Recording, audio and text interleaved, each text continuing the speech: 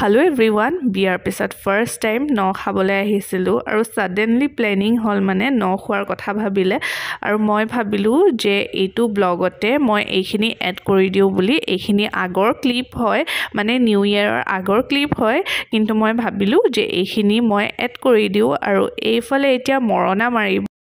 লগতে আপোনালোকক ভাবিছোঁ স্বাগতমটো জনাই দিওঁ বুলি। হেল্ল' এভৰিৱান, আসসালামু আলাইকুম এণ্ড নমস্কাৰ। আপোনালোক সকলোকে মোৰ চেনেল সামিমছ ৱৰ্ল্ডৰ অন্য এটি নতুন ব্লগলৈ স্বাগতম জনাইছোঁ। আশা কৰিছোঁ আপোনালোক সকলোৰে খবৰ ভাল, আল্লাই কৰাত মোৰো ভালেই আৰু ব্লগটো একেবাৰে শেষলৈকে চাব দেই। আৰু এটা কথা, আজি যদি মোৰ চেনেলত কোনোবা নতুনকৈ আহিছে তেন্তে প্লিজ মোৰ চেনেলটো লাইক, শ্বেয়াৰ এণ্ড লগতে ছাবস্ক্ৰাইব কৰিবলৈ একেবাৰে নাপাহৰিব আৰু লগতে কমেণ্ট কৰিও জনাব দেই ব্লগটো চাই কেনেকুৱা লাগিল। তেন্তে একেবাৰে শেষলৈকে চাব।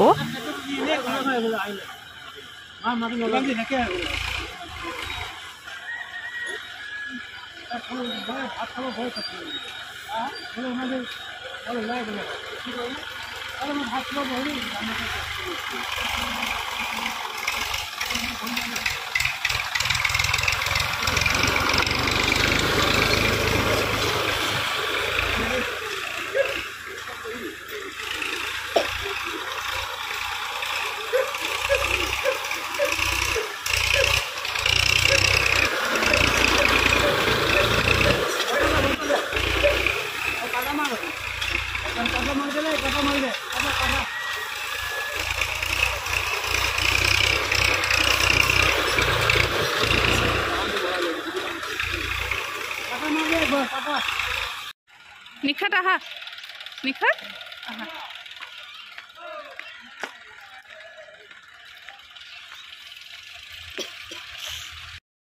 মই কেইটামান ক্লিপহে ভিডিঅ' কৰি ৰাখিছিলোঁ যাতে আপোনালোকক দেখাব পাৰোঁ আৰু ন খোৱাৰ মজা পথাৰতে বেছি ভাল লাগে, নহয়নে বাৰু? আগতে বোলে তেনেকৈয়ে কৰিছিলে, কিন্তু আজিকালি সময় সুবিধা নিমিলে কাৰণে এনেকৈয়ে কৰা হয় আৰু খানাটো খাবলৈ বহুত বেছি টেষ্টি আছিলে। আৰু সেইদিনাখন নতুন চাউলৰ ভাত খাইছিলোঁ আৰু খানাত বহুত টেষ্টি খানা আছিলে। এইখিনি হৈছে 12 জানুৱাৰীৰ ক্লিপ। মই প্ৰায় 2 মাহৰ মূৰত গৈ আছোঁ আম্মাহঁতৰ ঘৰত আৰু সঁচাকৈ সেই ফিলিংছটো বুজাব নোৱাৰোঁ। ইমান দিনৰ মূৰত আম্মাহঁতৰ ঘৰত গৈছোঁ আৰু মানে মই টোপনিয়াই গৈ আছিলোঁ, কাৰণ মানে গধূলি টাইমত ওলাইছিলোঁ ঘৰৰ পৰা, মানে মাৰ্ঘেৰিটাৰ পৰা, আৰু পাওঁতে 7টামান বাজিলে আৰু এইফালে এতিয়া ঘৰলৈ আহি পালোঁ। আহিছা?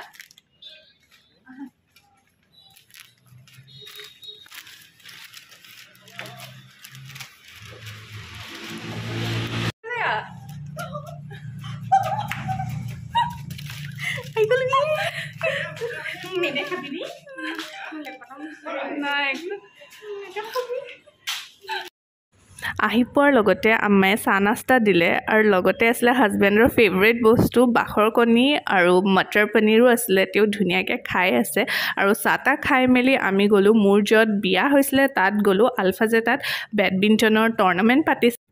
এইফালে এতিয়া খেল চলি আছে আৰু এটা কথা আপোনালোকক এতিয়ালৈকে কোৱাই হোৱা নাই যে হঠাৎ মই কিয় ঘৰলৈ আহিবলগীয়া হ'ল।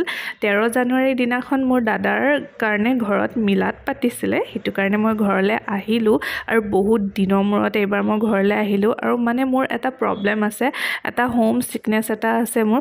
চবৰে বেলেগ কিছুমান প্ৰব্লেম থাকে ন, কিন্তু মই মানে বেছি দিনলৈকে ঘৰলৈ নহাকৈ মানে থাকিব নোৱাৰোঁ। আৰু আপোনালোকে মোৰ ঘৰৰ মানুহক মানে চাব বিচাৰে নে? আপোনালোকেও মোৰ ঘৰৰ মানুহক মিছ কৰে নে নাই? কমেণ্ট কৰি জনাব দেই। হেল্ল' এভৰিৱান, যোৱাকালি ব্লগটো আকৌ আজি নেক্সট ডে'ৰ পৰা কণ্টিনিউ কৰিছোঁ। যোৱাকালি মানে ইমান বেছি জল্দিকৈ দেখুওৱা হ'ল, ভালকৈ একো দেখাব নাপালোঁ আপোনালোকক। আজি গোটেইখিনি ভালকৈ দেখাম আৰু এতিয়া ধুনীয়াকৈ ৰেডি হৈ গ'লোঁ আৰু অলপ পিছত দোৱা ষ্টাৰ্ট হ'বই। এতিয়া 11:30মান বাজিছে। মই এতিয়া তললৈ যাওঁ, ৰেডি হৈ গ'লোঁ আৰু বাকীখিনি আপোনালোকক দেখাই থাকিম, চাই থাকিব দেই। এইফালে জোনা বাঢ়িলে, অলপ পিছত দোৱা হ'ব আৰু বাকী মানুহ চবো লাহে লাহে আহি আছে, তাকে অকণমানকৈ আপোনালোকক দেখাই দিছোঁ।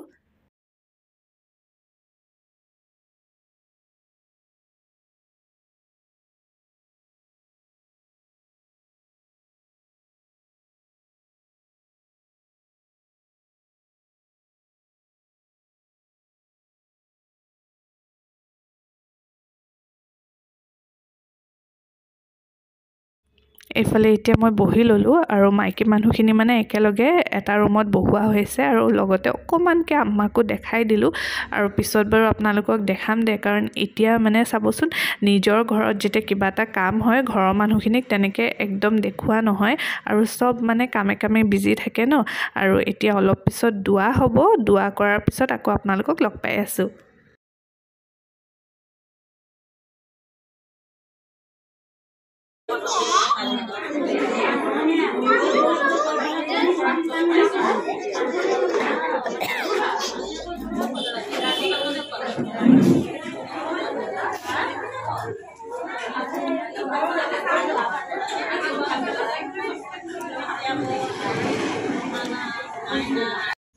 এইফালে বহুত দিনৰ মূৰত জেবা আৰু মেভিজকো লগ পালোঁ ভাবিলোঁ আপোনালোকক অলপ দেখাই দিওঁ আৰু আমি ভাবি আছিলোঁ যে কেইখনমান ফটোজ ক্লিক কৰোঁ বুলি কিন্তু ইমান বেছি ৰ'দ দি আছিলে সেইটো কাৰণে ভালকৈ ফটো ক্লিক কৰিব নোৱাৰিলোঁ আৰু এইফালে মিলাদ শেষ হ'ল আৰু হাজবেণ্ডো যাবলৈ লৈছে কাৰণ কাম আছিলে ন তেওঁ অকল মানে 12 তাৰিখৰ দিনাখনে এটা ৰাতিয়ে থাকিলে তাৰপিছত তেতিয়া যাবলৈ লৈছে এভৰিৱান এতিয়া আপোনালোকক লগ পাইছোঁ বহুত দেৰি পিছত আৰু এতিয়া গধূলিয়ে হৈ গ'ল 4:30মান বাজিছে আৰু আজি দিনটো ইমান বেছি বিজি আছিলোঁ যিমানখিনি দেখাব পাৰোঁ আপোনালোকক দেখালোঁ আৰু ইয়াত যে ইমান বেছি ঠাণ্ডা লাগিছে মানে কি ক'ম মাৰ্ঘেৰিটাত তেনেকুৱা বেছি ঠাণ্ডা পোৱা নাছিলোঁ কিন্তু যেতিয়া ঘৰলৈ আহিছোঁ নহয় কালি এনেকুৱা হ'ল ইমানেই বেছি মই টোপনিয়াই আছিলোঁ সেইটো কাৰণে ভালকৈ একো ব্লগো নবনালোঁ মানে বহুত বেছি টোপনিয়াই আছিলোঁ আৰু লগতে কালি যেতিয়া ঘৰৰ পৰা আহিছিলোঁ ঘৰতো দোৱা কৰাইছিলে